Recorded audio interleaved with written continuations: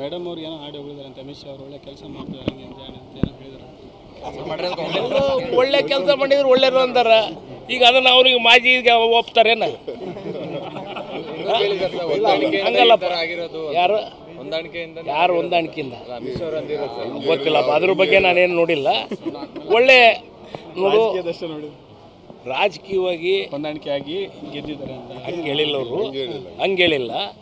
ಶಾಮನೂರು ಮನೆತನಕ್ಕೆ ಮತ್ತೆ ನೀವು ಬಿಟ್ಕೊಟ್ರಿ, ಮತ್ತೆ ಸಮಾಜದ ಒಂದು ಬೆನ್ನೆಲುಬಾಗಿ ಸಮಾಜದವರೆಲ್ಲ ನಿಲ್ತಾರೆ ಅಂತಂದು ಎದುರ್ಯಾರ ಅವರು. ನಮ್ಮ ಪಾರ್ಟಿ ಬಿಟ್ಟು ಹೋಗ್ತಾರೆ ಏನೋ, ನಮಗೆ ಎದುರ್ಯಾರ, ಸಮಾಜಕ್ಕೆ ಎದುರ್ಯಾರ.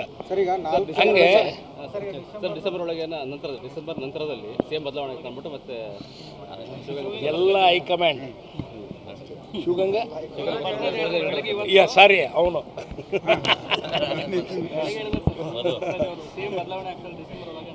ಅವನ್ನೇ ಕೇಳ್ರಪ್ಪ, ಅವನ್ನೇ ಕೇಳ್ರು ಮರಿ, ಅವ್ನು ಭಾಳ ಬುದ್ಧಿ ಅಂತ. ಸರ್, ಈಗ 4 ಒಂದನ್ನ ವೀರಶೈವ ಲಿಂಗಾಯತ ಸಮುದಾಯಕ್ಕೆ ನೀಡಬೇಕಂತ ಒತ್ತಾಯ ಕೇಳಿದ್ರು. ಎಲ್ಲ ಹೈಕಮಾಂಡ್ ಬಿಟ್ಟು ವಿಚಾರ, ಹೈಕಮಾಂಡ್ ಬಿಟ್ಟು ವಿಚಾರ. ಈಗ ಮೇಡಮ್ ಅವ್ರು ಏನೋ ಹಾಡು ಹೋಗಿದ್ದಾರೆ ಅಂತ ಅಮಿತ್ ಶಾ ಅವರು ಒಳ್ಳೆ ಕೆಲಸ ಮಾಡ್ತಾರೆ ಹಂಗೆ ಅಂತ ಏನೋ ಹೇಳಿದ್ರು. ಒಳ್ಳೆ ಕೆಲಸ ಮಾಡಿದ್ರು ಒಳ್ಳೆಯರು ಅಂದಾರ. ಈಗ ಅದನ್ನು ಅವ್ರಿಗೆ ಮಾಜಿಗೆ ಒಪ್ತಾರೇನ? ಹಂಗಲ್ಲಪ್ಪ.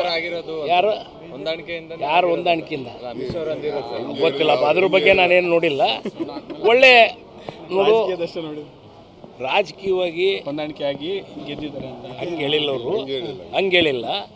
ಶಾಮನೂರು ಮನೆತನಕ್ಕೆ ಮತ್ತೆ ನೀವು ಬಿಟ್ಕೊಟ್ರಿ, ಮತ್ತೆ ಸಮಾಜದ ಒಂದು ಬೆನ್ನೆಲುಬಾಗಿ ಸಮಾಜದವರೆಲ್ಲ ನಿಲ್ತಾರೆ ಅಂತಂದು ಎದುರ್ಯಾರ ಅವರು. ನಮ್ಮ ಪಾರ್ಟಿ ಬಿಟ್ಟು ಹೋಗ್ತಾರೆ ಏನೋ, ನಮಗೆ ಎದುರ್ಯಾರ, ಸಮಾಜಕ್ಕೆ ಎದುರ್ಯಾರ. ಹಂಗೆ ಡಿಸೆಂಬರ್ ನಂತರದಲ್ಲಿ ಸಿಎಂ ಬದಲಾವಣೆ ಕಂಡ್ಬಿಟ್ಟು ಮತ್ತೆ ಎಲ್ಲ ಹೈಕಮಾಂಡ್ ಶಿವಗಂಗಾ ಸಾರಿ ಅವನು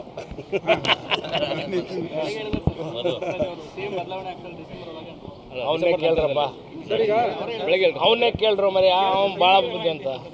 ಸರ್, ಈಗ 4 ಒಂದನ್ನ ವೀರಶೈವ ಲಿಂಗಾಯತ ಸಮುದಾಯಕ್ಕೆ ನೀಡಬೇಕಂತ ಒತ್ತಾಯ ಕೇಳಿದ್ರು. ಎಲ್ಲ ಹೈಕಮಾಂಡ್ ಬಿಟ್ಟು ವಿಚಾರ, ಹೈಕಮಾಂಡ್ ಬಿಟ್ಟು ವಿಚಾರ.